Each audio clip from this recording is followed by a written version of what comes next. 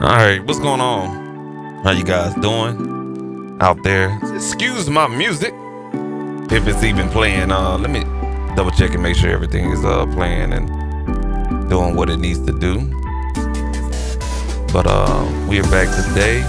Yeah, had to play something, saying royalty free around here, and I can't use the music inside of the streaming software because it'll cause a feedback loop because how I'm talking on here. But what I'm saying, today what we're gonna be talking about is I'm gonna go and review my 2024 Studio One recording and mixing template. This template is pretty good, man. I've been using almost the same style format for over 4 years right now, and it's stood tried and true as far as workflow, far as making sure that your gain staging is correct, making sure that your levels is not being overbearing by the time you reach the end of your mixing for your session or whatnot, and not to mention to make it easier to do your recordings and stuff like that, man. It's not an overthinker, and to be honest with you, there's no plugins in this template. It's just basically everything is laid out for you to have a smooth workflow.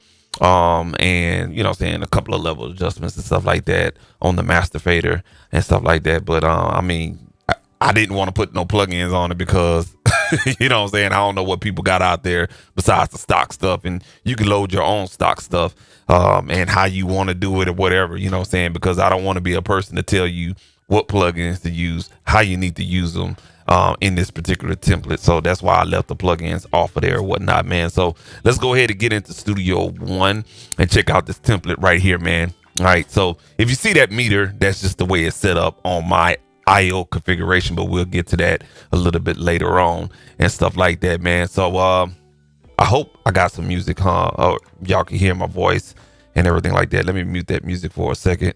Test 1 2 3. All right, here we go. All right, so yeah, man. So what we got going on here? This is the 2024 template. All right, this template right here, you can probably only use this with version 6 and above. I don't think you can use this with like Studio One, 3, 4, 5, or anything earlier than that, and stuff like that. So, but I know for sure you can use this with version 6 and hopefully beyond or whatnot. But I'll probably be doing this next year as far as another template and everything like that. But I'm gonna break down how I have my template and everything like that. And if you do download this template, you will have the ability to make changes on your end or whatnot. So let's go through the boring stuff first. All right. So I didn't make any special changes to none of this stuff at the top for your macro controls or anything like that. I just kept it standard. The only thing I have it set on is to follow the scroll line. So when you hit play, that little white line that scrolls right there above your wave files and stuff like that, I have that on auto scroll, so it'll keep up when it gets to the right side of your screen or whatnot. Also, I have snap the grid on at 16 value and adaptive. So when you zoom in and stuff like that, you see how the visible lines in the arrangement view is adapting to your zoom in and outs and stuff like that. And also when you make adjustments to the wave clip, I left that on right there. And I got the smart tool on the first one, and all this stuff is by default, so there's nothing special with that. Now, what I didn't do is leave the inspector tool or window on or whatnot. I hate this window, to be honest with you. It's good when you're recording, and the reason why I just left it open like that, because again, I just thought about if someone was to use this template, they may not use this function, so I just left it kind of like minimalistic on the mixer and everything like that. But if you wanted to, let's say for instance, have it open, just hit F3. That'll get rid of the mixer. You hit I for the inspector, and then you can record and have your track or your mixer channel and all of its stuff that you need there for your inserts and your sends, and also anything that you need to make changes to in the Ranger window right here. All right, cool. So bring it back to its original view. Let's talk about you know what I'm saying, the in and out configuration that you're probably going to get when you load this up. Now, Studio One does a very good job of adjusting the in and out configurations based on the interface that you have hooked up to your computer. So let's say, for instance, you're using the Focusrite 2i2. You know what I'm saying? My IO configuration that is with this particular template or the Studio One file, it may revert to your interface. So what I have loaded up may be different than what you have. So if it does load up, which I highly doubt it because I didn't download plenty of other folks' sessions in Studio One files, as far as the .song file or whatnot, it always kind of like go to the default IO configuration, which is 1 and 2 outputs, 1 and 2 and stuff like that, and inputs 1 and 2. So, but to get there though, what you'll want to do, I'm normally used to going that way. What you want to do is go to the Studio One tab, go all the way down to options, and then you will see the audio setup, and then you can just double check and make sure that your audio interface is chosen or whatnot. I left the device block size at 1024. Automatically, I assume that I'm going to mix in Studio One, and you'll utilize this as a mixing tool. But if you need to record, depending on your audio interface and what you're doing and everything like that, you can set it as quick as, 128 or 64, you know what I'm saying? Whatever your prerogative is and stuff like that. But if you're mixing, set it at your highest buffer or block size, should I say. You can also go in there and make changes to the sample rate once you know what I'm saying, open it up and everything like that. But the IO configuration lives in the song setup tab right here. And then when you go to audio IO, this is where you can make changes to your IO based on your interface or whatnot. Like I said, Studio One does a really good job of doing a default based on your ins and outs of your audio interface. Okay. So, you know what I'm saying, you can make those changes here. If you already have an IO configuration, just simply import the IO configuration. Here I have some old interfaces I used to have and some current interface that I used to have, and I could just load up those IO configurations that I set up in the past, and I'm good to go right there, and everything like that. All right, cool. So that's just to address the important information right there. Now I have a BPM in there. You can change that if you want to, or whatever the case may be. And the most important thing, when you do get this template or whatnot, it will have some information in the metadata or the song setup section. The song information section. So if you go to song here, come on, buddy. All right, cool. If you go to song here, the song tab, go all the way down to song information, you will see something like this right here. Okay. And that's in the metadata when you first open it up and stuff like that. You can make changes to this at the home screen. So what you're seeing right now, I keep this on here for 2 reasons: branding and let a motherfucker know, hey, bro, your ass can get caught. I'm gonna explain the second one. All right. So the branding situation is like, if you're a mixing engineer out there or you're recording someone out there, you know what I'm saying, you can set a kind of like a watermark. This is kind of like a watermark for the session. I utilize the PNG file right here to let it be known that, hey, this song was mixed and or recorded by me. It came through my computer or whatnot. The reason why I do that is for branding. Okay, just to let everybody know, because somebody may ask, who mixed the song? I probably mixed the song for someone that knew me and they wanted me to mix the song, but I don't know the artist and the artist don't know me. And there was a middleman. But you got some slick ass niggas out there, excuse my language. You got some slick motherfuckers out there, excuse my language. Can I say more? That will not give you your credit when it's time to do the big boy stuff, do the paperwork and everything like that, especially if you're doing producing. But mixing engineers is really not a big situation, but most people don't credit you on the stuff that needs to be credited when they put the song out. So, you know what I'm saying, when you export that MP3 file out, and sometimes with that waveform, but I know for sure the MP3 will show you this metadata that'll be attached to that MP3 once you hit export out of your session with this template. But I'm gonna show you how you can make changes to this.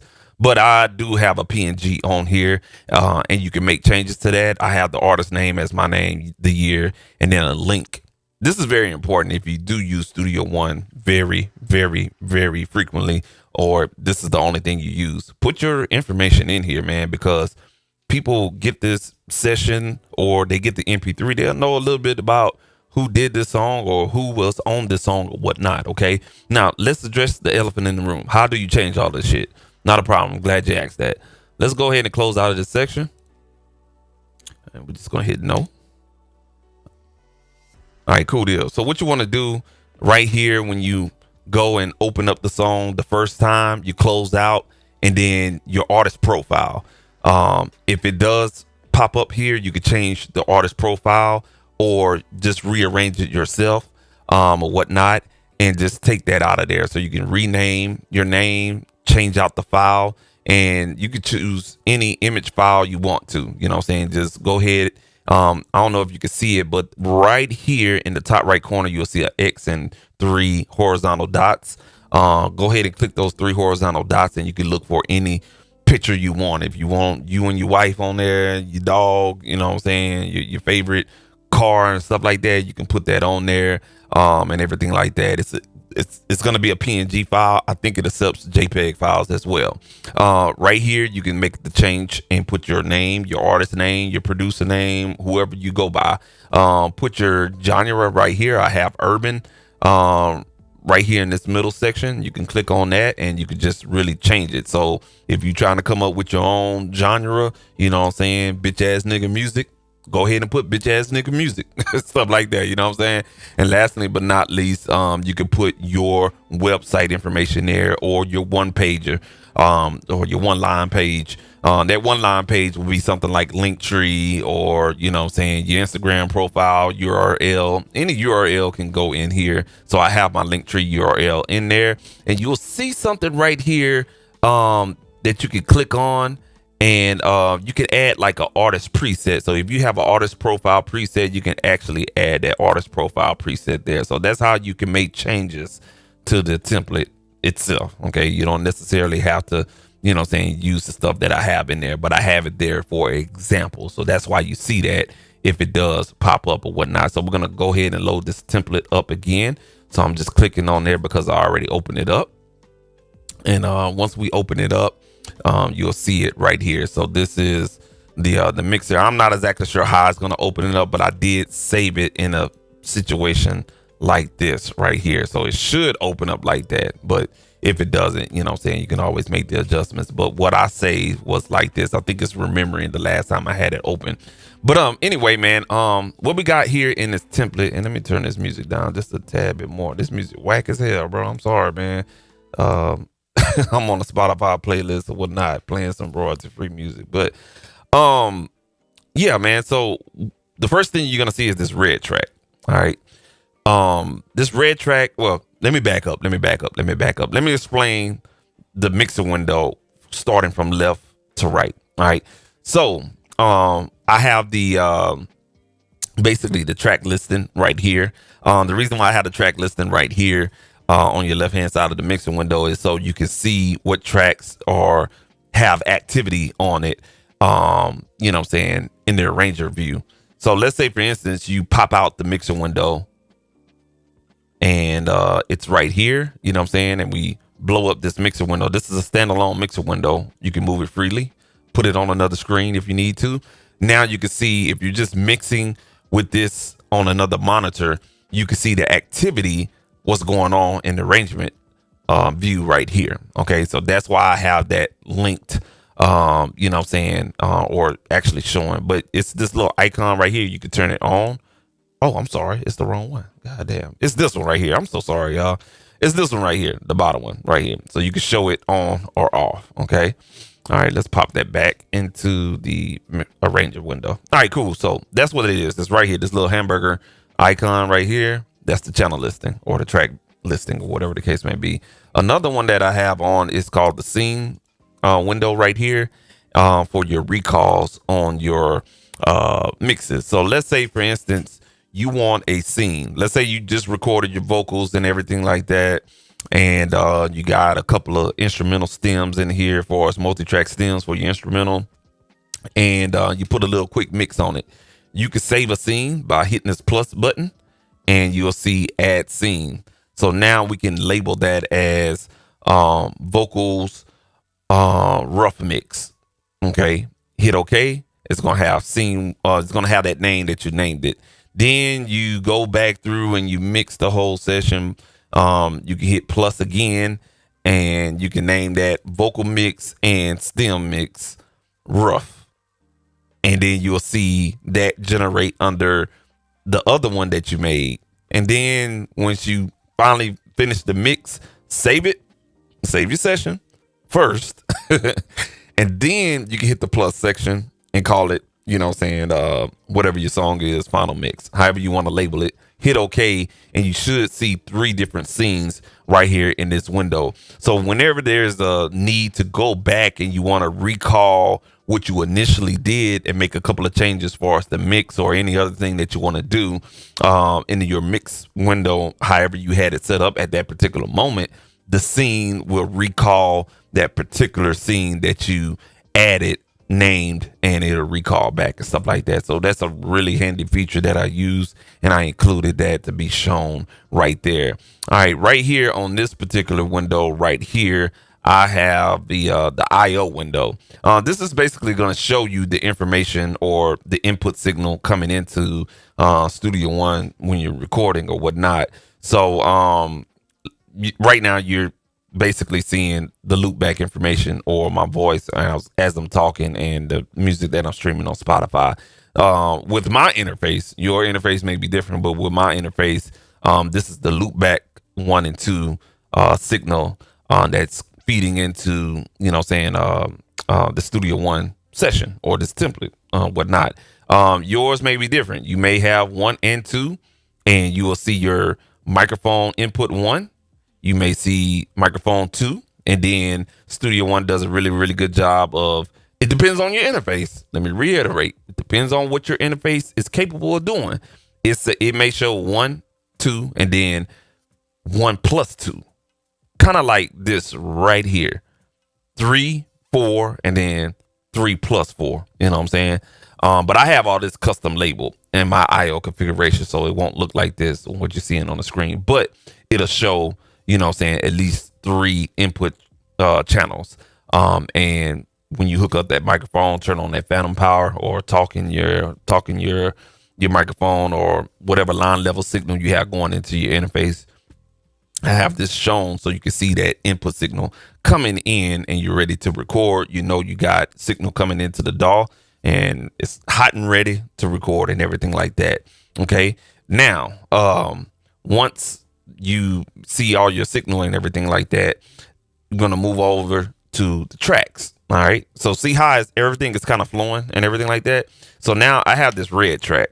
Now this is an old studio technique a lot of people have been using for a while, but it's really, really good to know what this does. I call this the recording lane. All right. So to give you an example, let's go ahead and load up a beat. I don't know. Let me see what I can find up in here or whatnot. I may have to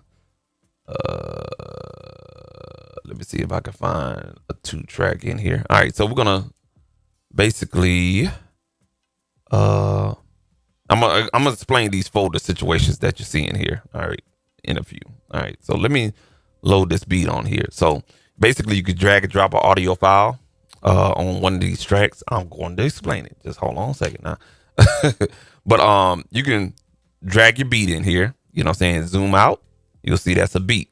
All right, the way I have this set up is all the instrumental stem multi-tracks are kind of grouped into one, what they call in Studio One a folder or a pack folder, and I have it labeled instrumental. So when I hit that folder, boom, it clears all the tracks up where you ain't got to look at all those tracks, because one thing I hate doing in the arrangement view is taking that mouse and you just going up like that, stuff like that, or scrolling up with your scroll wheel or whatever the case may be. So Once you load that up, just hit that folder and it's going to pack everything into one little viewing ship and unpack it or whatnot. Okay. So you can unpack the vocals. Boom. There you go. Now you're set up to record on this red track. Okay. So let's say, for instance, I'm going to go ahead. You see my signal right there. And I'm going to go ahead and mute this music on Spotify so you can really see what I'm talking about. All right. So it's muted right there. I'm talking. Play the beat. Let's see.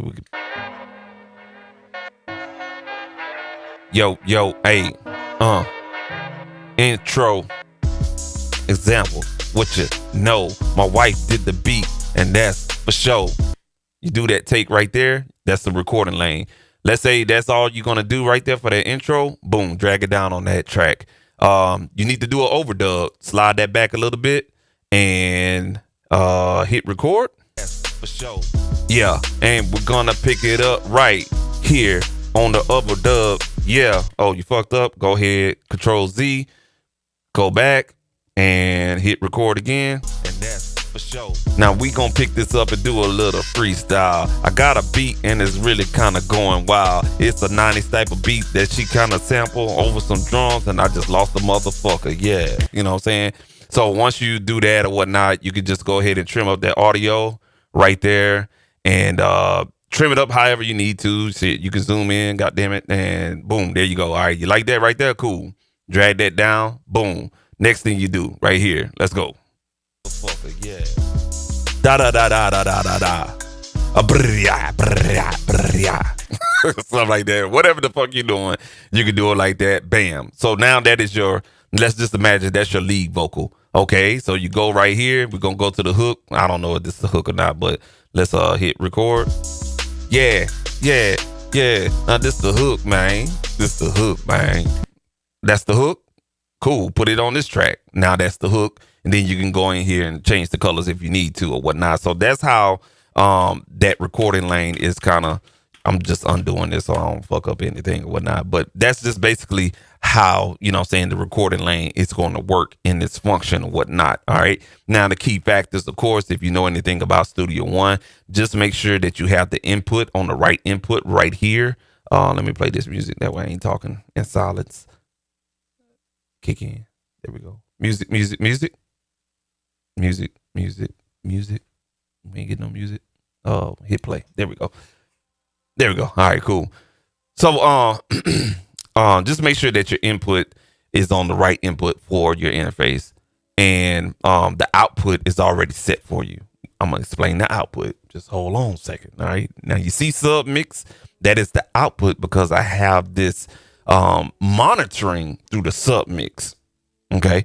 It's not going to the main track. The main track is over here. It's the blue. Like the main track is the last audio pipe out of the DAW when it's going back to the interface to do its DA conversion to your speakers or your headphones or whatnot, or for exporting reasons and stuff like that. Okay. But I have it set up on a sub mix. I will explain that here in a few minutes. Hold on one second. All right. So that is the recording lane. All right. Now, these green tracks that you see here, and I'm not exactly sure if you can see it on the video, there's Vox 1, 2, 3, 4, and etc. All right. I have 24 of these Vox tracks. These are for your vocals. All right. So this is when you do that recording lane, you just drag these on these tracks right here that I have highlighted, and you can see them as such, whatnot. All right, cool. Now, all of these tracks by default is going to the vocal bus. The vocal bus is right here in yellow. Follow me? The vocal bus is right here in yellow, and all of these green tracks are routed to the yellow one. Okay. Now, just for playback purposes, after you finish recording, you know what I'm saying? You got a whole bunch of goddamn tracks on these green tracks. If you just need to turn all the vocals down because you don't want to make any other fader adjustments on those green tracks, just turn that down. That's it. That's all you got to do because it's already routed. Okay. So this is the vocals last output stage far as signal routing is concerned. All right. So it's all going there. All right. Now, the way this is set up, is for you to make changes to the output. And I hope it's not complicated, but that's why I did this video. All right, so check this out. You can go ahead, click on that right there. Click on your output section, and your IOs is probably going to be a little different. All right, the IOs is probably going to say input 1 and input 2 right here. But where it's going to differ at is on the bus labeling. So you'll see lead vocal or LD Vox, hook, ad libs, BG Vox, Vox bus, sub mix, instrumental bus, melodics, drum bus, effects 1, 2, and 3 for as your return tracks. All right. Side chains, they're basically, you know what I'm saying, it's going to adjust however you got your plugins routed and everything like that. All right. So if you need to, let's say you want to take this vocal right here and you rename this track, I don't know, lead, you know what I'm saying? Boom. You got the lead vocal. That's your lead vocal for your verse. Then you want to output that to lead Vox. Boom. So let's say you recorded verse 1 on here, and then you got lead verse 2, and then lead you and this is going on the assumption that you're renaming these tracks, lead verse 3. So you got 3 verses in here, 3 different leads. You could just go ahead and change the output to lead Vox. Just like that. You know what I'm saying? So now those 3 separate vocals are going to go all the way over here to lead Vox. And then you can process all those lead vocals with your favorite plugins of your choice. I didn't put any stock plugins down here because if you use Studio One, you got stock plugins too, stuff like that. So again, I ain't gonna tell you what you need to use, so you put your own shit on there and stuff like that. So that is the lead Vox bus right there. All right, I have it collapsed in this window because it's just easier on the eyes and everything versus, you know what I'm saying, if you don't have a lot of window. And Studio One, I think they need to go and revisit the GUI and the mixer window and everything like that. Make it a little bit user friendly because you can customize all of this, but it gets a little cumbersome at times. But if you need to, if you want to see all your insert plugins and whatnot, just go over here to the top left and there's these arrows that's pointing up and down. Click that and you will be able to see all of your insert for your plugins and your send levels and everything like that. So we'll just look at it for explanation purposes or whatnot. So those 3 tracks that I renamed right there, hypothetically, you rename those, you got 3 lead verses on there or whatnot, they'll all go to lead boxes.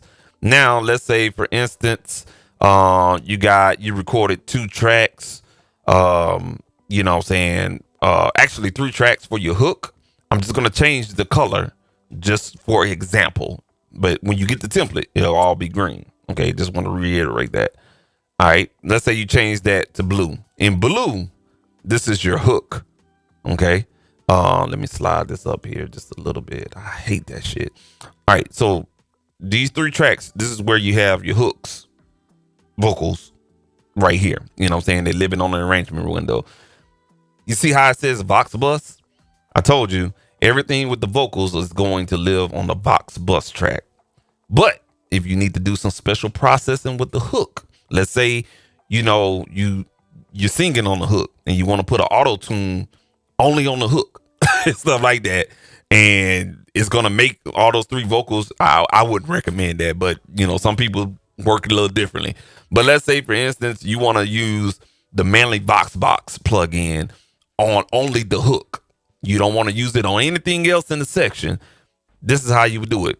Go again, highlight all your tracks, you know, hold down control and left click, and then choose hook for your output bus or to route those 3 hook tracks to a bus.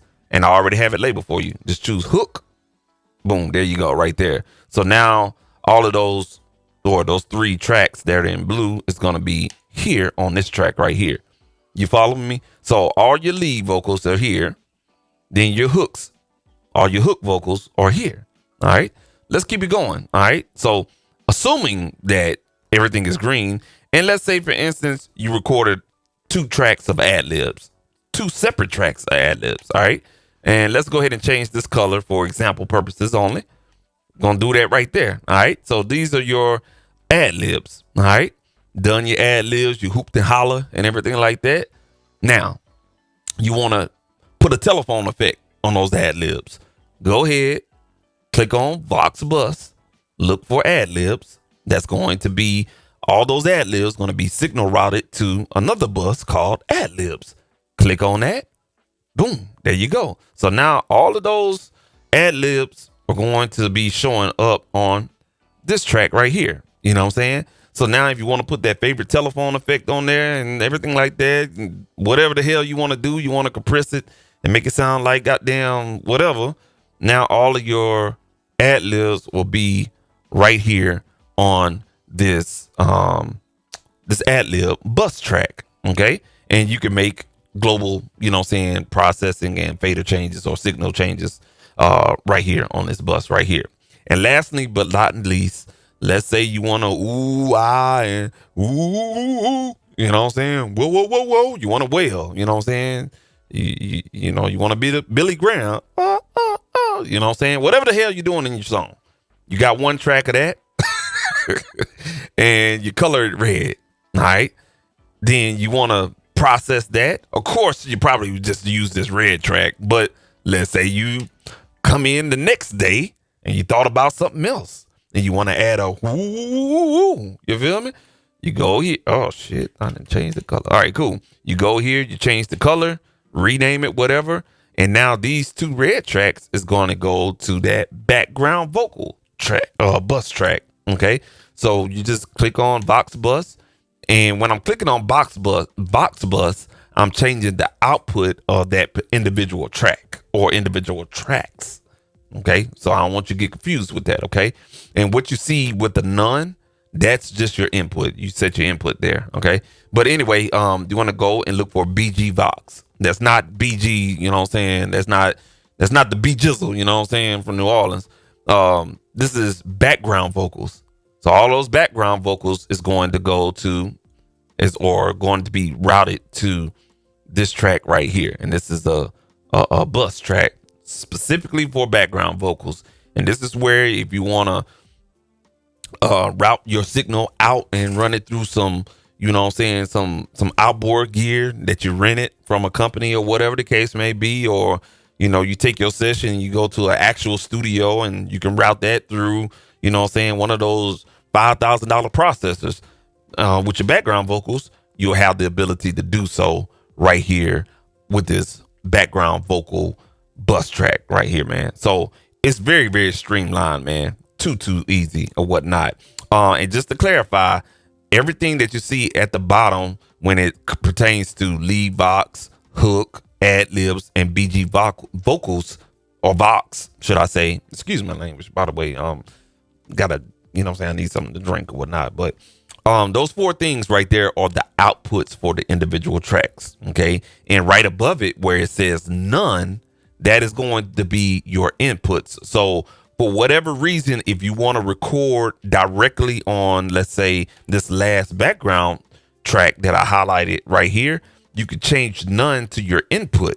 Okay. It's going to look different because I'm using my own interface. Your interface may be different. It may say input 1. It may say input left or input L, whatever the case may be. None is going to be where you could change it to your input or whatnot. Super easy, man. All right, cool deal, man. So, yeah, that's basically kind of like how the color coding, and color coding is really, really good. If you don't do color coding while you're working in Studio One, you get a little tired for your eyes, and it psychologically it'll make you tired of working on your session. So always color code your tracks, and you know what I'm saying, label your tracks as well to stay organized and you know what's what. Okay. So, yeah, we got leads, we got goddamn in blue, we got a motherfucking hook, excuse my language, but, in orange, we got ad libs, and then in red, we got our background vocals. That's your whole goddamn song. You understand what I'm saying? And then you got your beat over here on the stems. We'll get to that later. Just follow me now. All right, cool. So I explained the inputs. I explained the outputs. You got your pans, of course. You already know what M and S mean, mute, solo. All that is standard. You know what I'm saying? The only thing you see here different is you don't see any plugins on the inserts. I did that on purpose. You use your own stuff. But right here on sends, this is where some people get confused at. Sends is a routing matrix that you have to kind of understand when you want to call yourself mixing your own stuff. Sends is going to break off the signal. It's almost like you're getting off the freeway onto a feeder road. Okay. But you got cars going on the interstate or the freeway. You got a gazillion of cars going on the interstate and freeway. But then you got exit 762. You got to take 762 to break off and go to another place. That's what sends is. Okay, so let me use this green track that you see highlighted. That's the major freeway right there. If you live in Houston, you know everything about goddamn I-45. That son of a bitch goddamn freeway, man. This is 45. Okay, these sends is going to be like a feeder road. So if, let's say, for instance, you on 45 and you're north of downtown, and let's say you pass 610, which is the inner loop for Houston, and then you get around Cavalcade, you know what I'm saying? And Cavalcade has a fire, that Cavalcade exit has a fire shopping center right there next to Cavalcade. They got like a Foot Locker there, got some good stuff there, you know, House of Hoops, you know, that type of stuff. They got a good Champ Sports. You know what I'm saying? They got a fire ass Route 21. Stuff like that, man. I'm just making jokes. But let's say you want to go to that Foot Locker with the House of Hoops, but you got to get off the freeway, but you kind of want to go somewhere else on that freeway. You feel me? Then you would use the sends. Okay. So basically what I'm trying to say is when you see effects 1, effects 2, and effects 3 for the send section, you ain't got to create that. Now, if you want to create it, what you'll do is hit the plus sign right next to that send. You'll go to audio destinations, and then you can add effects channel. Now what you're doing is you're adding another stop. So let's say, for instance, I named off Foot Locker, Champ Sports, and Route 21. Effects 1, 2, and 3. Let's say I think it's a Burlington Coat Factory in that same shopping center. So let's say you want to go to Burlington Coat Factory. Add an effects channel, give it a couple of seconds, and now because I have it set a certain way in here, and I'm gonna show you guys the options in the mixing window. Effects 4 now is Burlington Coat Factory, and you see this little, if you can see it, it's a little arrow that go down. Now it created you another stop off the freeway. You see what I mean? So that you have now 4 sends, which is going to this 4th return track. Okay. I hope that analogy helped you out. You know what I'm saying? So now effects 4 is a return track. You know what I'm saying? So Rich, Super Mario. Rich is my government name, by the way. Super Mario, man, what the fuck is a return track? I'm glad you asked that question. A motherfucking effects track. Studio One calls it effects tracks or effects channel. Pro Tools call it a auxiliary track. I think Logic call it bus, if I'm not mistaken, or return. But different DAWs call buses and returns and, you know, different things and shit like that. But they all do the same thing. Effects channel ain't nothing but a DAW labeled bus track. And a bus track sometimes can be used as a return track. And that return track can be in return be used as an aux track.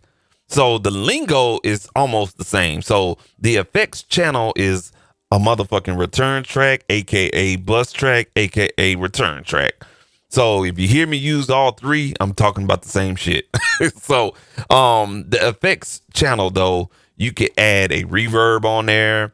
Then under that reverb, you can add a delay and everything like that. And now you can send signal from your lead channel, aka that freeway, and you can break off that signal from that lead track and route it to the FX4, and that's how you can add reverb to only that lead track you see right here in green on the left side of this FX4 track. You see what I'm saying? So you're still going to hear the dry signal, the original audio that you recorded on this lead track. However, you're breaking that signal off taking the exit on the feeder road and you going to the destination FX4 to get that reverb, or go put on the jack in that Burlington Coat Factory, as I use as the analogy.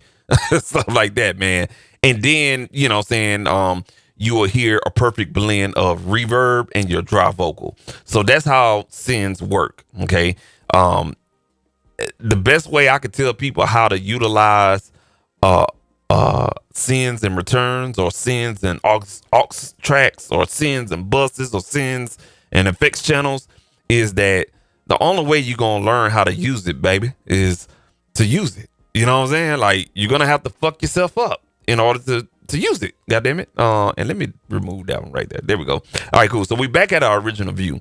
So by default, if you go to effects 1 over here,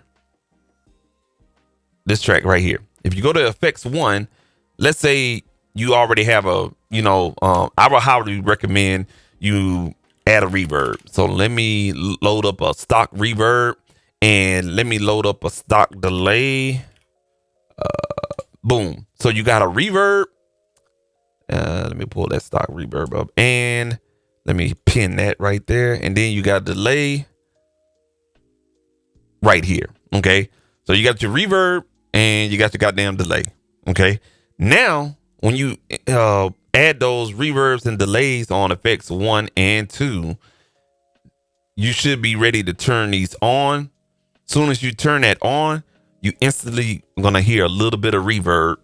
And then when you turn on 2, you instantly gonna hear a little bit of delay. Now, how you program it with the plugins, again, that's a whole nother tutorial. That's a whole nother conversation. And that's a whole nother learning experience. Choose a preset.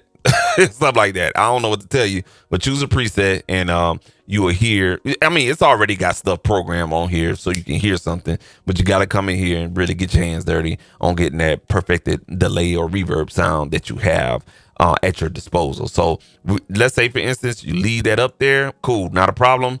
And now every time you record, or you got some audio already on these tracks, just turn the power switch on, or just turn or activate the effects channel, and you're gonna hear your reverb and your delay. But if you turn this on, let me repeat this again.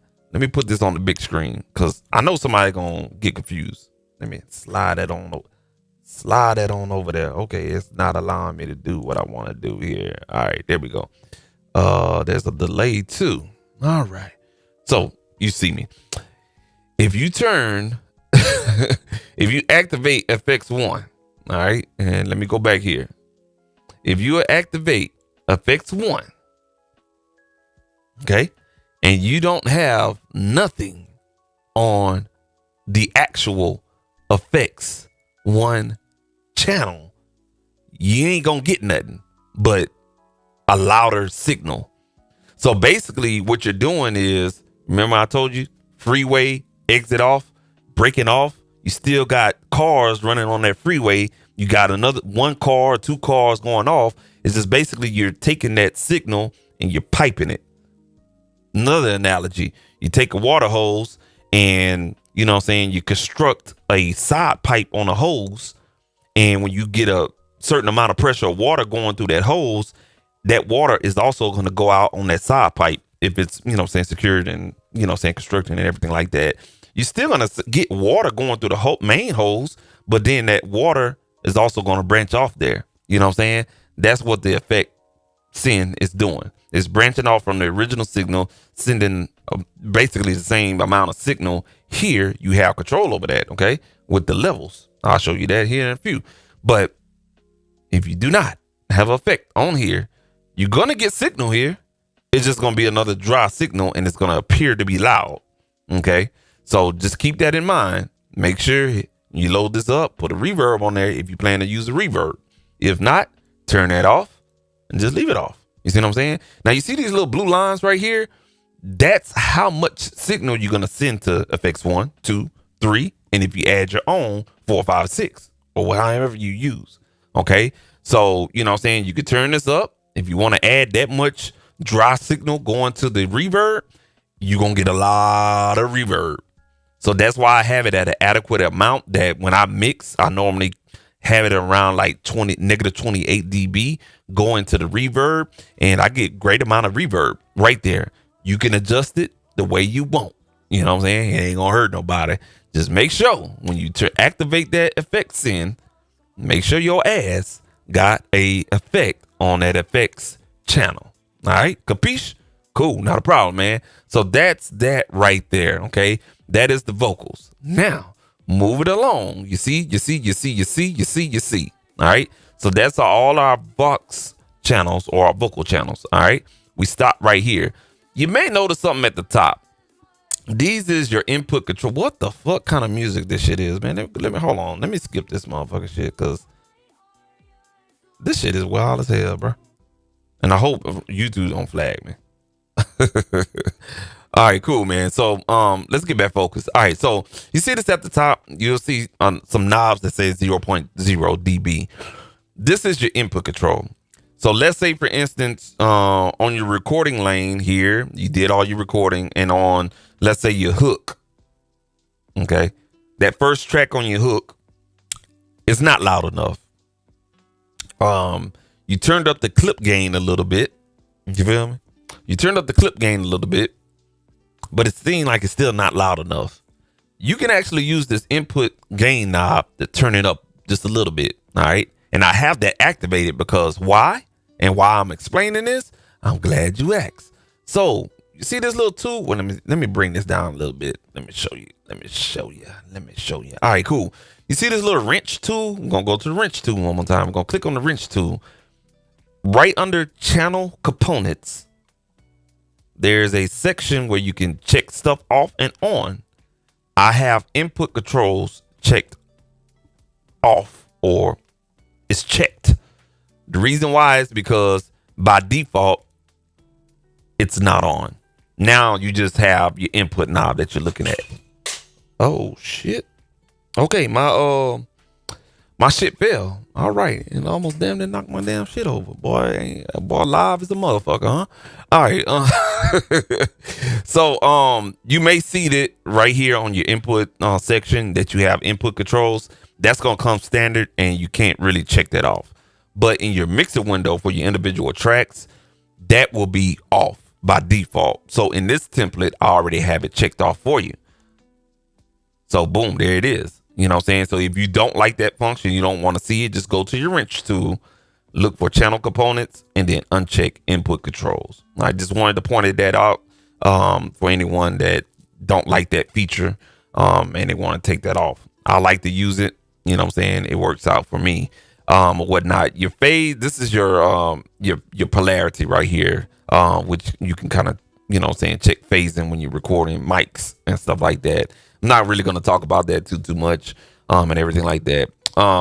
So this is the flow, man. Your recording lane, and then everything from here. I did some relabeling, colors and everything, and all these green tracks are all your vocal tracks. Check out the flow.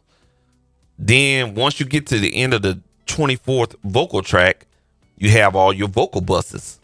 Remember, lead vocal bus, hook vocal bus, ad-lib vocal bus, and then your background vocal bus. That's the flow, moving left to right. Then once you finish with all that processing with those 4 buses, you go to the main vocal bus, which is right here sitting next to the sub mix. You see what I'm saying? Okay, I'll explain the sub mix. We're going to skip over that. This is the instrumental bus. Okay, we're going to get there. Let me skin all the way over here to these dark green tracks. All right. So you remember how in the, let me hide the mixer for a second. Remember I had used the folder function. So all of these are vocals. We packed them in a folder. Click on that folder. All the vocal tracks, they don't disappear. They're just hidden. Okay. And that feature is, they call it, what they call that shit? Pack folder. You know what I'm saying? So if you create individual tracks, let's say we're going to create, shit, I don't know. And this is a side note. I'm going to create 3 tracks, right?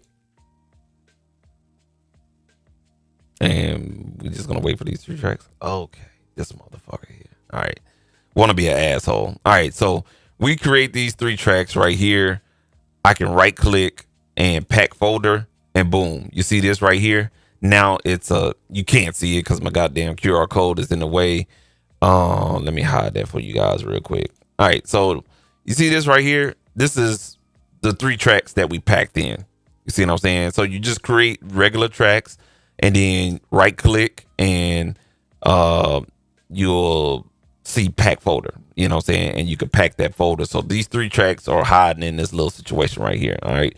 I'm just going to go ahead and remove that right there. And it's going to remove those 3 tracks. Oh, no, it's going to remove the pack little feature or whatnot. We still got the 3 tracks and you still got to remove the 3 individual tracks as well. So Studio One does a really, really good job for you not to fuck yourself up, stuff like that or whatnot.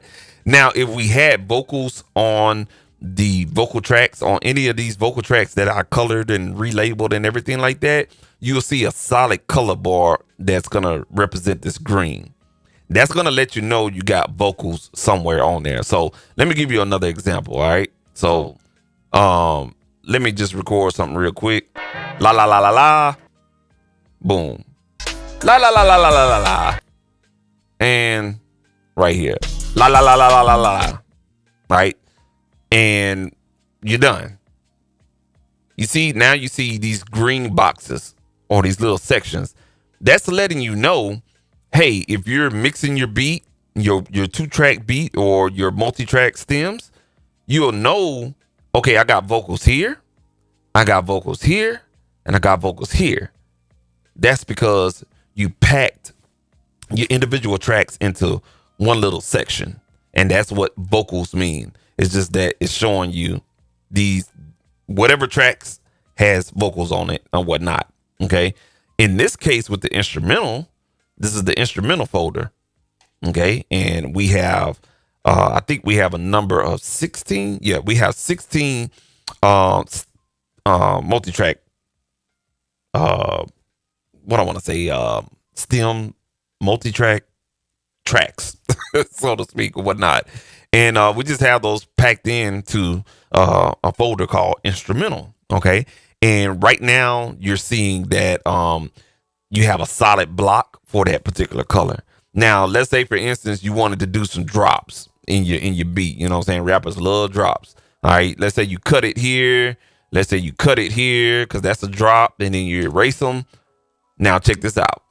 Now you got breaks in there. So let's say, for instance, you were working on some vocals and you scroll down and you wanted to know, man, where that drop at?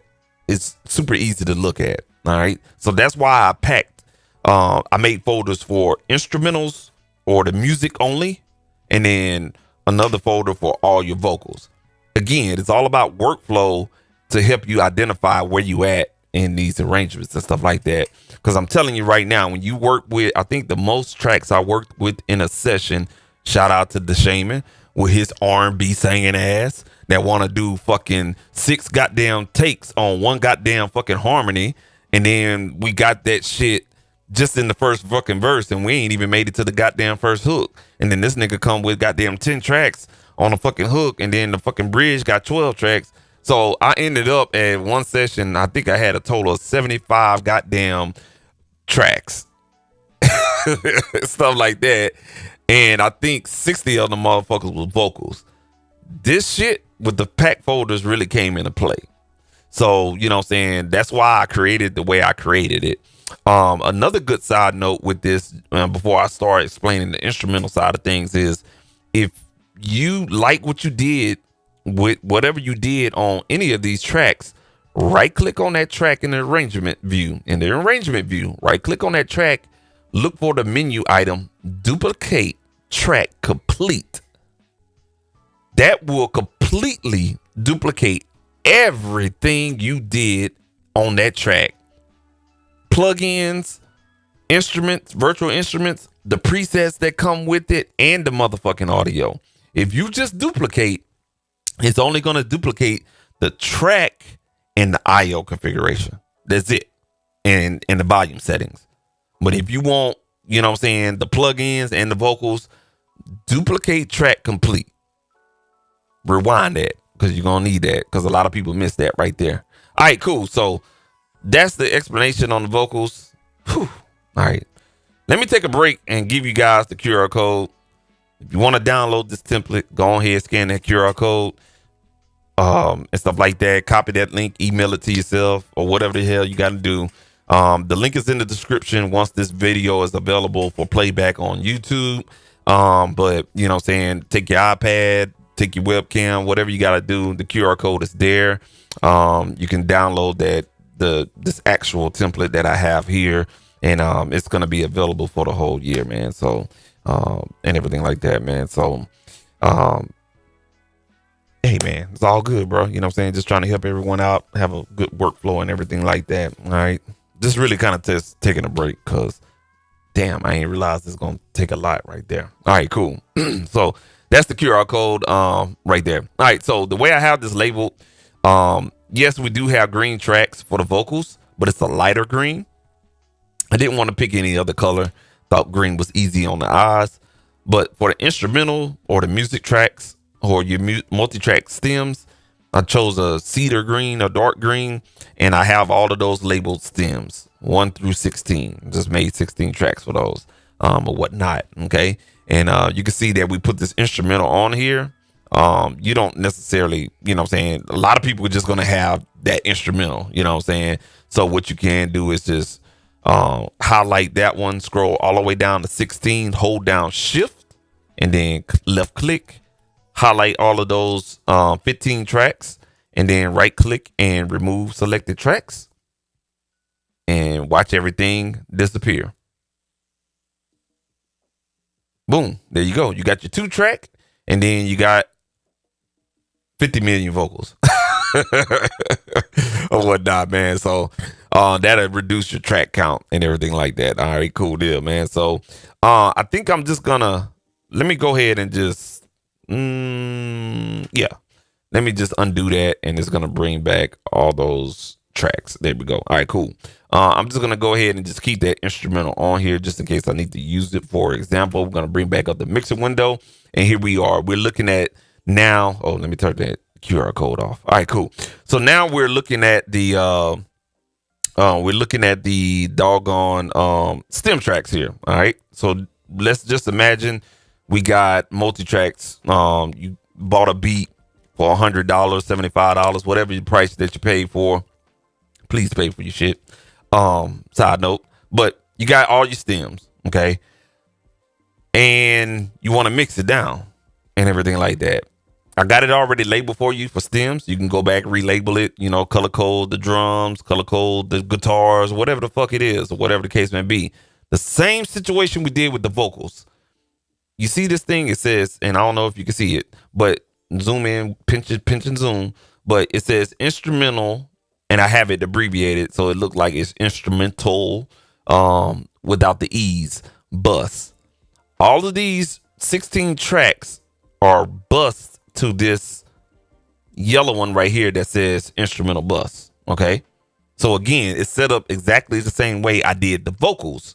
The only difference is I have two separate two separate bus tracks versus, you know what I'm saying, having the 4 right here on the lead box, hook, ad-libs, and background vocals.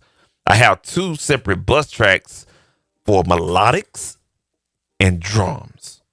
Okay. Melodics and drums.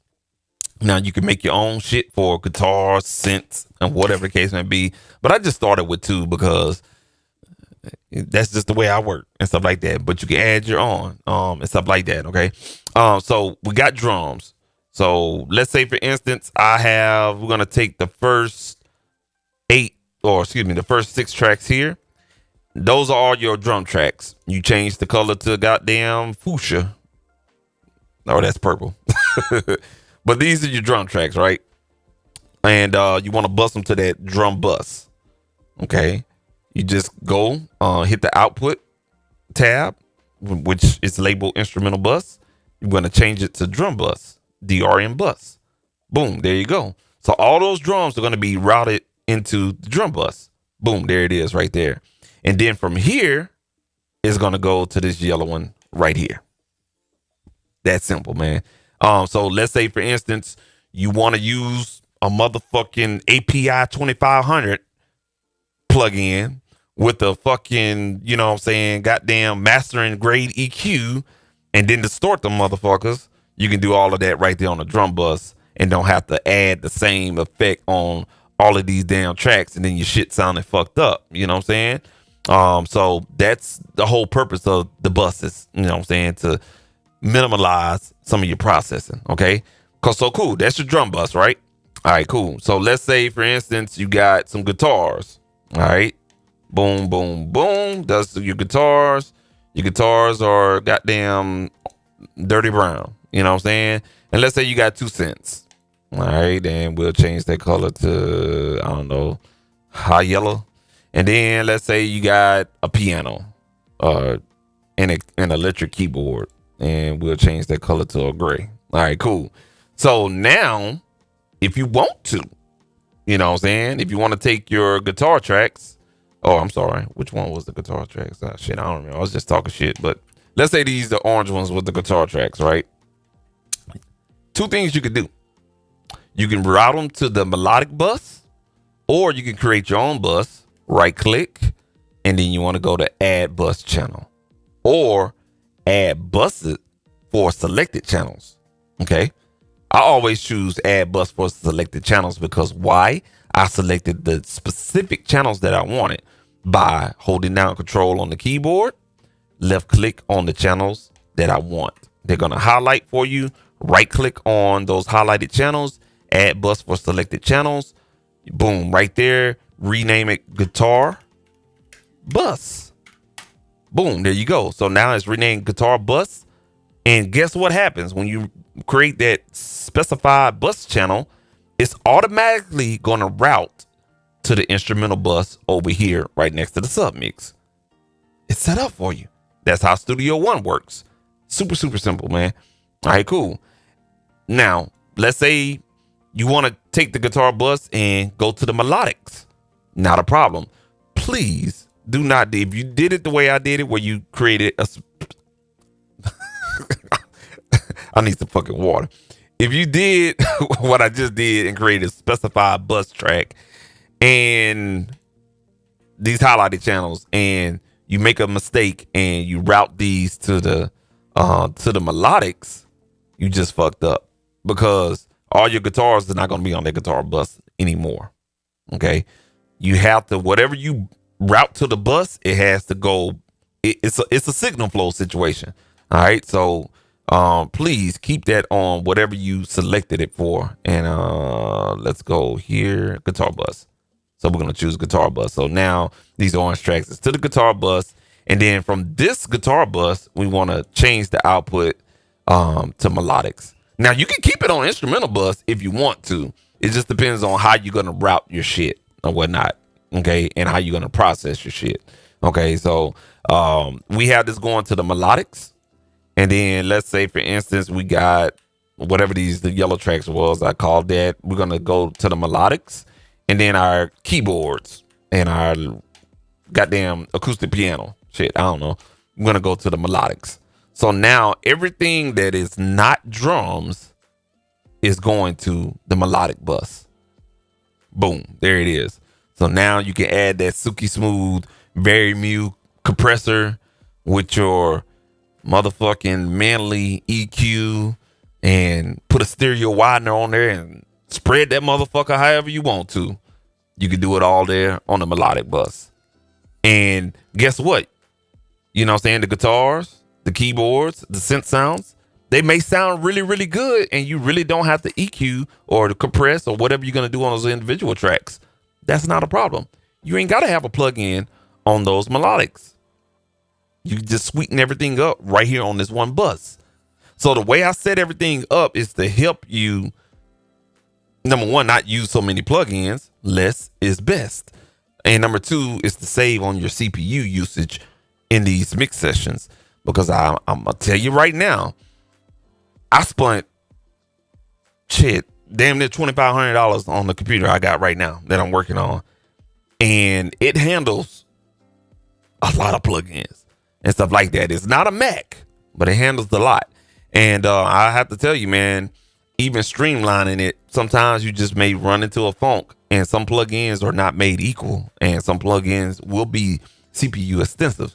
So you have to kind of, you know what I'm saying, minimize your workflow and work smart and not hard and stuff like that. So that is basically right there is the stem tracks for your instrumental or music or whatnot. And then whatever tracks you have left over, you can just go ahead, highlight all of those, go into the arrangement window, or you can highlight them from there and then get rid of those just to keep yourself organized or whatever case may be. And they'll disappear. And there you go. You know what I'm saying? So I'm just going to undo that right there. All right. We're almost there. We're almost to the finish line. So you got everything routed to the instrumental bus right here. You got everything routed to the vocal bus is right here. You know what I'm saying? You put your favorite plugins on the vocal bus. Let's say a limiter on the beat. And then you put, I don't know, let's say you put, I'm trying to think about, you put the Manly box on here. I don't know, shit. But you put a stereo vocal plug-in on here just to sweeten everything out, or whatnot. Everything sounding good. You like, hell yeah, motherfucking right. Yeah, everything sounding good. The vocals good right here. The instrumental sounding good. Oh, damn. The instrumental may be a little bit too loud, but you don't want to have to go and turn down each fucking track or highlight every goddamn track for the instrumental. You see what I'm saying? Now you got all these tracks highlighted. You make a mistake. You got your levels all fucked off and everything like that. Don't worry. I got you. You know what I'm saying? Fuck all that highlighting shit. Just go to the VCA fader right next to the instrumental. I really couldn't put these the way I want to. I should have did it like this.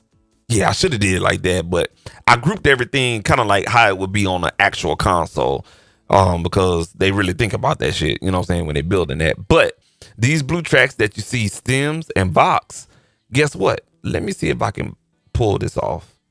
Okay, so you see the stems. That's going to be your music stems. You turn that down -8. You know what I'm saying? Because the instrumental and all the music was too loud. Guess what it's going to do?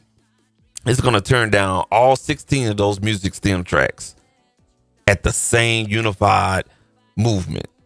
Okay. So I didn't make any adjustments on the tracks. They was all set at 0. But you see all of these tracks are at -8.2. Except for that guitar bus. But all the individual tracks are selected to be on a VCA fader. This is how you know that these individual tracks are on a VCA fader. Right underneath the meter, you'll see this little word that says stems. That is showing you that, hey, this is assigned to that particular VCA. Okay. Over here on the box, you'll see right underneath the meter, you'll see Vox. That's your assignment queue. And you can change it. So if you want to create your own VCA for whatever reason, you have to create a VCA fader first. And then right here, if you want to make a change, and let's say you got, you know what I'm saying, this nigga stupid VCA, turn this nigga down VCA, then you could choose that label or whatnot, man. So I already had that set up for you. So you turned your beat down and you ain't even had to go over here and turn down each fader, and that probably took you about 5 minutes to do because you drinking on something, smoking on something a little bit, you know what I'm saying? And you had to make the adjustments just exactly right because you wanted to turn each fader down at -3 or -8 on each fader. Save yourself the trouble, bro. The VCA fader is already there for you for all your music stem tracks. Just make the adjustment. You can even see it in the arranger view. Look at the arranger view right up here on the top left. You know what I'm saying? When I turn that down, everything moves unified. That's what a VCA fader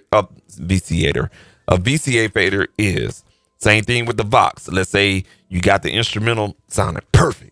You feel me? The producer gave you a 2-track and that sound perfect. But your vocals are a little bit too loud. But you mix your vocals and you got them leveled just like you want them. You don't want to make any changes. Not a problem. Go to the VCA fader that says Vox. Turn it down a little bit. Let's say at -2. I didn't make any adjustments on these faders. And everything that you see besides the recording lane does not have a VCA assignment because its primary job in this template is to be used as a track to record vocals only. So you see Right there is a blank box underneath the meter. There's no VCA assignment. Now, if you want to, you can go ahead and assign it to the stems or the Vox, but I highly recommend you don't do that. But everything else is assigned to the Vox VCA fader underneath the metering on the actual track. All right, cool. So let's say you made that adjustment. Everything sounds good. The last step, everything comes to the middle of the mixer. All right. And to show you what I'm talking about, let me just take off these situations here. All right. So if you look at the flow of the mixer channel, I have this put together very strategically. Your record lane is over here. You probably wouldn't even be fucking with that, but you'll probably turn it down just for listening purposes. This is all this is, listening purposes. But everything here, all your vocals is to the left. All your music is to the right. Everything gets summed down to the middle. So basically from here to here is a full view of your, you could say your mix down area. All your vocal buses, all of your drum buses, or excuse me, all of your music buses, your return tracks for your effects that you have the reverbs and delays on, and then your VCA faders, and then your main vocal bus, your main instrumental bus, and then you got this red one right here that says sub mix. Everything comes to the middle to this red track. All right. And the red track is where you can, I wouldn't probably put anything on here besides like a, a mix bus compressor or something like that. Whatever you want to use, the compressor, whatever case may be, you can keep the motherfucker blank. You can put a limiter on there just so it doesn't peak in the red. But this is your mix bus, your sub mix, or whatnot. And this sub mix it doesn't have a input. Okay. It doesn't have an input. It only has a output. All right. And that particular output is going to the main track over here in blue. So you know how we move the tracks and everything like that, but you see these two tracks over here stays solid. They do not move. That's the main and the listen bus. Okay. I have the listen bus on there because, I utilize it for other purposes, whatnot. But I'll get in that later or whatnot. But your main track is right here. This is where, your speakers is going to be affected at, this is where your headphones is going to be affected at. Your DA conversion is going to be affected at. Your exporting to files is going to be affected at on the main track. Okay, so this is the last kitten and caboodle. You feel what I'm saying? And I have a spectrometer stock plug-in on the post section of the main track. That way, anything you need to analyze, I'm going to hit play here. Make sure you activate it. Turn it on. You will analyze all your frequencies there. You see what I'm saying? So that's how I have it there on a purpose. All right. Now, back to that sub mix. All right, let me go ahead and shrink that there. All right, so back to the sub mix. When you look at the sub mix, you open it up or you look at it in this view right here. You know what I'm saying? You'll see a VU meter. I put the VU meter on here so you will know that if you hit 0, you're running out of headroom. Repeat that again. If you hit 0 on this VU meter, you're running out of headroom. And when you try to call yourself doing a mastering or you send it off to mastering, do automated mastering through a service or whatever the case may be, with this digital world we live in and streaming music now and stuff like that, your volume compensation is very crucial. You know what I'm saying? So when you hit 0, you get into a danger zone where it's probably not going to sound really, really good. You know what I'm saying? When you go to the mastering phase or whatnot. So I have it there for that reason right there. Okay. Your sends, you're probably not going to use any sends, so don't worry about that. You're going to see this right here on these bus tracks. You're going to see these little blue situations. That's just letting you know what's being routed into that track. If you question that. So you see how we got Vox bus here? If you click on those little red things, you'll see that I have lead vocal, lead verse 2, lead verse 3 routed in there. You remember the hook? Those blue tracks? Boom. See how everything kind of like makes sense now? All those vocal tracks, here they are. From the vocal, for the individual vocal buses to all the individual tracks right here. They're letting you know what is coming into this bus track. And what's right above, right here, these little lines are going to let you know what's going into these bus tracks. Okay? In this case with the sub mix, we only got 3 things coming in here. The record lane, all the vocal bus, and all the instrumental bus. Only 3 things coming in the sub mix. Okay? So even though I make an adjustment here, I make an adjustment there, everything is coming in here, and this is the global. This is the bad boy. This is the determinator. You feel what I'm saying? Whatnot. And I have it set at -12.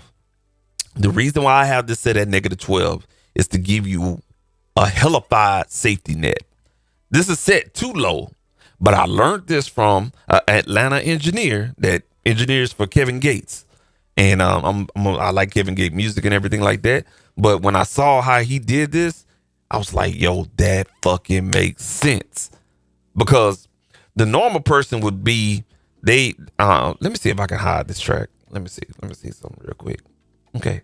I'm going to hide that. Okay. The normal person will have something like this and everything is routed into the main track. What's going to happen is you're going to have that instrumental. Let me bring this down a little bit so I can talk to you. You're going to have a 2-track instrumental. You're going to record vocals over here. And, you know what I'm saying? Everything going to be fucking loud. The instrumental loud. Therefore, when you recording and setting your preamp levels and the preamp on the interface, you know what I'm saying? Motherfucking vocal tracks, loud as fuck, peaking in the red and shit. You turning it down and, you know what I'm saying? You still got the instrumental loud as fuck. You know what I'm saying? Like, loud as fuck, bro. And stuff like that. And you don't have any headroom. What this is going to do is allow you. Oh, let me bring it back. Boom. There it is. All right, cool. And if you don't know how to do that, right here, when you're showing the track listing, there's these little white dots. You just click on those white dots and you can, you know what I'm saying? You ain't got to look at a certain thing or whatnot. All right. Certain track. But what this is going to allow you to do is if this instrumental track is clipping or it's too loud and it's peaking in red, or whatnot, it's going to force you to monitor at a low level. So when you're monitoring at this low level and this thing is loud, you're going to turn it down and it's not going to, you know what I'm saying? It's almost like a volume compensation, or whatever the case may be. So it's going to force you to turn down your individual tracks. Okay. It's going to force you to turn down your individual tracks and make room and make you make the right decisions when you're doing the input gain, your clip gain, adjusting the outputs and the input gains on your plugins or whatnot. By the time you get to this point where you're working on the sub mix, now you can turn that sub mix up. And when you turn that sub mix up, you're going to have hell of a room, headroom, should I say. And to the point where you get about -8, that's when you're going to get significant volume. You're going to be like, damn, this motherfucker sound good. You know what I'm saying? And you may be peaking in, red just a little bit at -8. You know what I'm saying? That's cool. Not a problem. You know what I'm saying? You can add this plugin right here, stock plugin in Studio One called Mix Tool.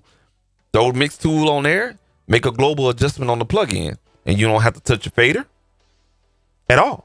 You ain't got to make an adjustment on your bus tracks. So everything that's being put into the sub mix, you just add this Mix Tool plugin.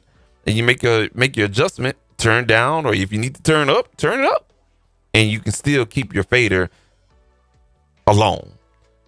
And what I was taught in audio school is your main track, sub mix, your master fader, set it at 0 or set it at a certain point and don't fucking touch it. They teach you that shit when you do live stream. Oh, excuse me. When you do live audio, i.e. working at a concert, doing church audio, doing live streaming audio, doing conference room audio. You got to get everything set right and leave your master fader fucking alone. Quit trying to turn down the master fader because you think like you trying to leave that bitch alone. You know what I'm saying? So I have this set at -12, and the only time you should touch this if when you're at the final stage and you need to turn it up or you need to turn it down. And if you like where it's at and you still like, I need a little bit more, utilize the mix tool.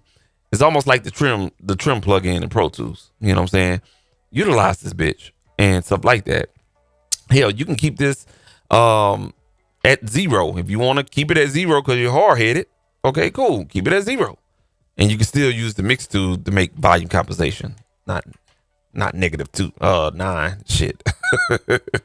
Or whatever the case may be. All right, cool. But that part right there. And for some reason, I have whatever I did. Oh yeah, I did something stupid on here. Hold on 1 second, y'all. Why the fuck? Hold on 1 second, y'all. Hold on 1 second. Hold on 1 second. Yeah, I think I assigned this. There you go. Yeah, there we go. All right, I did something stupid here, or whatnot. But yeah, keep it at 0 or -12. If you keep it at 0 and you adjust it to 0, ain't nothing wrong with it. Whatever you adjust it to, but do note, you're probably gonna need to turn down your 2-track instrumental because more than likely, 99% of the time, that 2-track instrumental is gonna be too loud for someone that's rapping in headphones.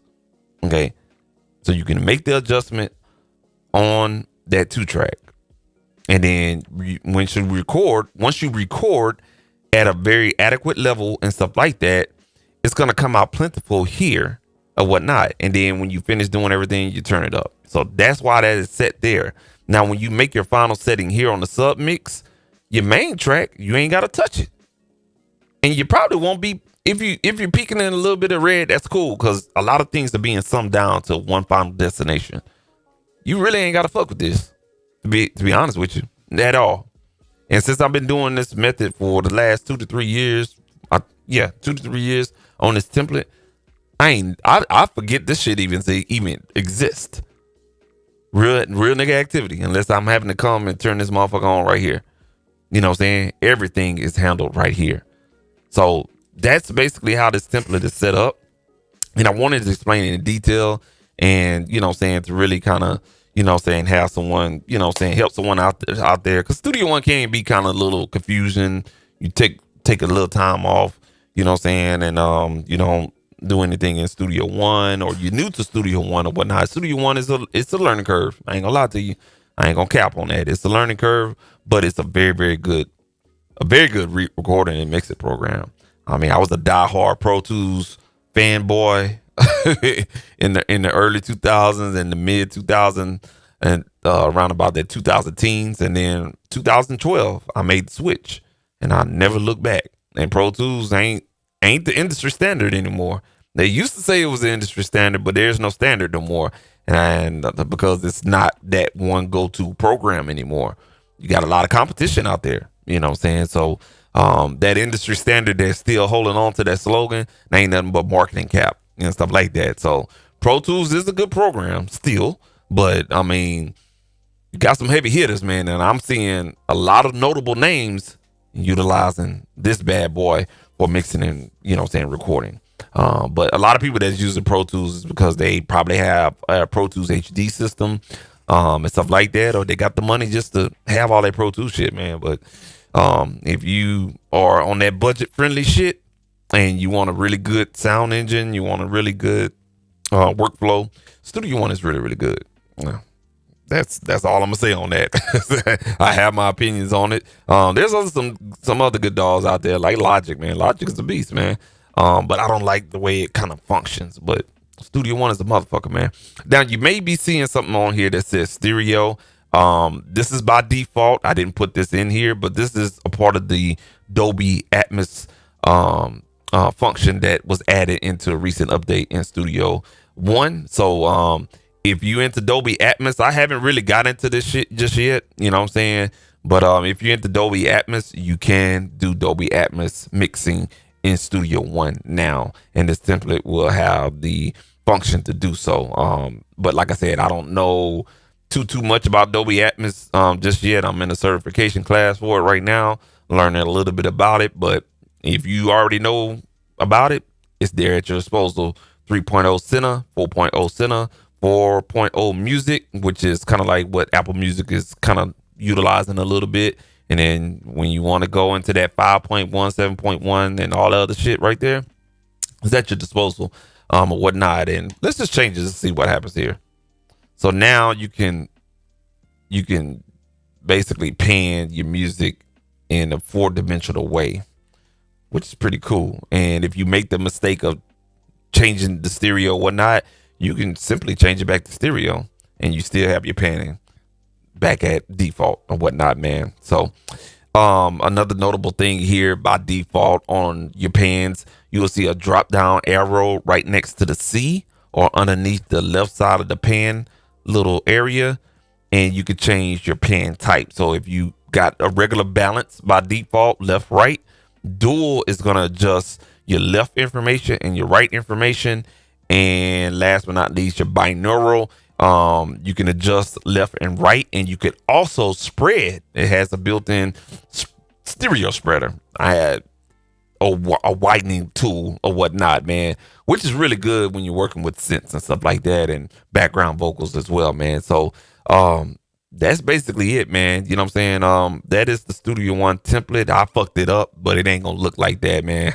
So this -12 though, you can move this freely, but once you make the adjustment to your instrumental or all your individual tracks, and you feel like the music is too low, you know what I'm saying, just turn up this.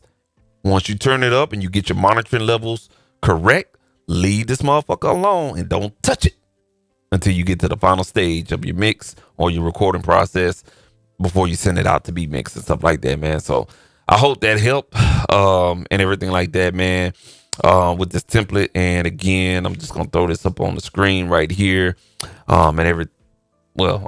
That QR code, but this QR code right there, man, make sure you go ahead and scan it and download the template, man. You know what I'm saying? It'll be free for a whole year before I change it, or if something happens with Studio One in a version and they make a change or whatever or whatnot, it'll be there at your disposal. But let me reiterate, this template will have no plugins in there and everything like that, man. So let's go ahead and get up out of here, and I'm going to reopen it so you guys can really see what the template will look like again and whatnot, man. So we're just gonna load this up again. Let me put this on this view once more. Alrighty, here we go. Let me take that off of there. So we're just gonna load this up again, and it's going to load up for you. Boom, there it is. So because it's remembering what I did in the last time I opened this up and stuff like that, that's why you see it. But by default, when you open this session up for the first time, the mix window will be like this. That way you have an equal view depending on your screen size. Okay, I'm on a 1080p screen size. Okay, screen resolution, 1920 by 1080. But if you got a 4K, you may have a little bit more real estate that you're gonna see. But I have the top portion of the mixer reduced, so you have to utilize these expand switches, and I like working this way anyway. It just gives me one unified view of looking at the tracks and expanding. So when you click on this track, it'll automatically open up like that and stuff like that, man. So there it is right there, man. Didn't mean to, you know what I'm saying, take so long to explain this thing, but yeah, man. There it is right there, man. If you got any questions, man, feel free to hit me up, man. Scan that QR code in the top left corner and, you know what I'm saying, get my information. You can hit me up by email. And last but not least, man, scan that QR code right there in the bottom center of the screen. What kind of fucking music this is playing in the background, I don't know, man. But scan that QR code right there, man. And, you know what I'm saying, it'll definitely take you to the download link. If you experience any problems with the download, feel free to contact me via email. And my email is going to be right here. Let me get that for you guys. My email is going to be right here, jcsproductions@gmail.com. Go ahead, take your phone out, take a picture of that, and feel free to email me if you have any problems opening up or any questions opening up the template. I double checked it, triple checked it. It works on my end, but like I said, I know how to maneuver. So most people don't understand things. Feel free to hit me up, and we'll make it happen for you, or whatnot. I got all kind of ways I can get on your computer and operate your computer from my end, stuff like that. Technology is awesome these days, man, or whatnot, man. But definitely show that QR code again. Scan that. The link is also in the description as well, or whatnot. And yeah, man, scan that. If you got a partner, gonna get Studio One, and they open that bitch up and they be like, yo, man, what the fuck I got myself into? Point them to share this video once it's made available to the public, because for some reason YouTube takes forever in a day. It takes like 12 hours for that video to process after a live stream and everything like that. So after about 24 hours, man, you know what I'm saying, share this video, show it to your partner if they need any help.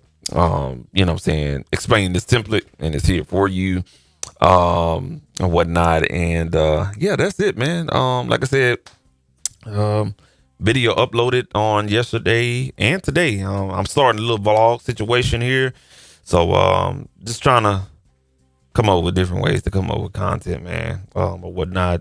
Yeah, that's just what it is. But I'm starting a blog, man. It's a lot of shit that I do in a day that a lot of people need to understand what it is. And I'm pushing this agenda of making people understand, like, the world we live in. It's technology driven, man. And I uploaded my first vlog, and in the description I explained, you know what I'm saying, why I jumped into the audio field. Somebody told me back in 2007, and I was doing beats, I was doing all this recording and stuff like that, and they said, and I was like, man, I want to do this like full time and stuff like that. I ain't know what the hell I was saying, but I wanted to do it full time. And I was like, man, I checked out a couple of schools and stuff like that. And at that time in 2007, all you knew was Full Sail, and it was another school called the Art Institute. And from where I'm from, you know what I'm saying, that's all we knew in Lafayette, Louisiana. So I was telling somebody about that. It was the old school dude, you know what I'm saying, from Beaumont, Texas. I was talking with him and he was like, yeah, man, you don't need to go to none of those schools. Like, oh, okay. I asked him why. Like, man, you can learn everything, man. Just go to the studio, man. Find you somebody that want to teach you, man, or just learn under somebody. And I told him this right here. I was like, that makes all the sense, man. But you know how many people I knocked on their door, called, even went to a studio session with a couple of people, and people don't want to show you what they do. And I stressed this enough, and that kind of was a teaching lesson to me at that time. And it kind of goes to what's happening in the world right now. A lot of people getting exposed to a lot of different things. Cat Williams said it himself, and I ain't trying to I don't like use the current media to make a point, but I do have to do on this. You got a lot of people that want to gatekeep on information and stuff like that, and not let people understand and share the wealth on what could have been and what you could have been, and success and stuff like that. You know what I'm saying? And I had to get it out the fucking mud. And I tell people, I'm very passionate about that. Like, I'll fight. I'll fight it, but I had to get it out the fucking mud. Motherfuckers don't understand. In my garage right now, I have a tub, a motherfucking, I want to say, what they call those, like 10-gallon tub full of books and magazines. I spent every paycheck I did. I was working in Baton Rouge. I go from like Baton Rouge to New Orleans doing petroleum stuff. But I stopped in Baton Rouge right there off of goddamn I-10. I forget the damn road it was, but it had a big ass hotel. If you ever rode through Baton Rouge, it used to be the Marriott hotel, and they had a Barnes and Nobles right next to a movie theater. You stop at that goddamn Barnes and Nobles every fucking Friday. And I used to buy a fucking magazine when magazines really was magazines. We didn't have the internet at that time. So, you know what I'm saying? I buy the music text, the sound, the motherfucking future music, all those magazines and books. Used to buy books. I walk out that motherfucker spending $45. And that's how I learn, and I self-taught myself. Everything that I talk about on these motherfucking videos. And I wanted to take it to the next level. And I had to pay my way to take it to that next level because I had people in my motherfucking city that they want to help me out when I said, hey, bro, I'm just trying to learn the shit. But you the same motherfucker that was sending motherfuckers to my goddamn house trying to get a song recorded because you couldn't do it. That's what I talk about with gatekeeping. And I'm very passionate about that because that's some bullshit and people don't need to be doing that, man. Because you holding somebody back from their blessing or from their gift, and that's fucked up. You know what I'm saying? And I say that from the bottom of my motherfucking heart. I don't give a fuck. You know what I'm saying? But you can't be doing that, bro, because that you blocking somebody else's blessing. And you wonder why, you know what I'm saying, shit can't get right with you, man. And so that's why I do all of this. And I know I have people out there that make fun of me like, oh, man, that nigga be on YouTube just talking shit or whatnot. All right, motherfucker. Some of y'all motherfuckers be the same ones that'll call my phone and ask me for help and shit like that, because I believe in sharing is wealth and stuff like that. You gonna help somebody, man. Somebody out there right now struggling, pissed off because they trying to get a song off, just trying to release some stress because they going through a fucked up situation and they just trying to do this shit on their own because they don't make enough money to go to a studio, but they scraped up enough $300 to get the equipment that they need, or paying for a Studio One on a damn subscription just to let some steam off, and they can't figure it out. And they come across this video and I just bless somebody, man. It's bigger than you. It's bigger than your homeboy. It's bigger than that dick that you're sucking. You see what I'm saying? Real nigga activity.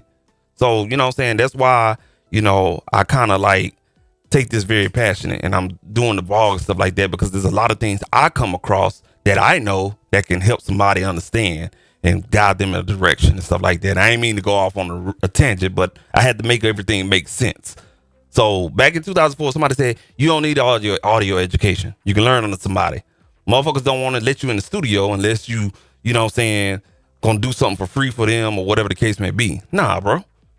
So I had to learn all this shit on my own, then had to pay my way. And I hate to put my business out there, but sometimes your own family don't even want to help you out. And I went to a family member and I was like, hey, this is my plan. I had a whole motherfucking plan out. I got this allotted amount of time. I can utilize my VA benefits here, and I can do this and that, and I'll be done. And I have a bachelor's. Block that. Man, that hurted. Now I had to backtrack and go get an associate's, but it was a little bit better than that bachelor's and stuff like that. But God got a blessing, you know what I'm saying? And he has a way to doing things. Maybe it just wasn't for me to go and, you know what I'm saying, go to that particular school that I was trying to go to or whatnot. But I did it, you know what I'm saying? 3.5 years later, I did it and stuff like that. So when anybody tell you, you know what I'm saying, like audio can't be utilized as a career field, look where we at right now. And that's my last uploaded video, which is Super Vlog 1 or whatnot. It's talking about that in the description. There's a job field right now. It's taking off right now. I'm in the right place at the right time. You know what I'm saying? I have a career field that is fucking job security right now, because in about another 5 years, motherfuckers that used to do shit with their hands ain't gonna be there no more. You're gonna have a person like me, and I'm gonna be handling not one site, but 1, 2, 3, 4, 5 sites from a motherfucking computer right here in this room, and I ain't gotta leave nowhere, while other people ain't got a job. And I hate to say it like that, but it's people like that that tell you you can't do something, and then boom, there it is, they can do it. Sometimes you can be ahead of your time. Sometimes you can really understand things that people can't understand, because people just really don't want to see other people happy or do great or be better than what they already know. And that's kind of fucked up, man. So, you know what I'm saying? If anybody tell you want to take your, you know, if you make beats, if you record songs, you want to learn about that, man, learn what the fuck you want to learn, bro.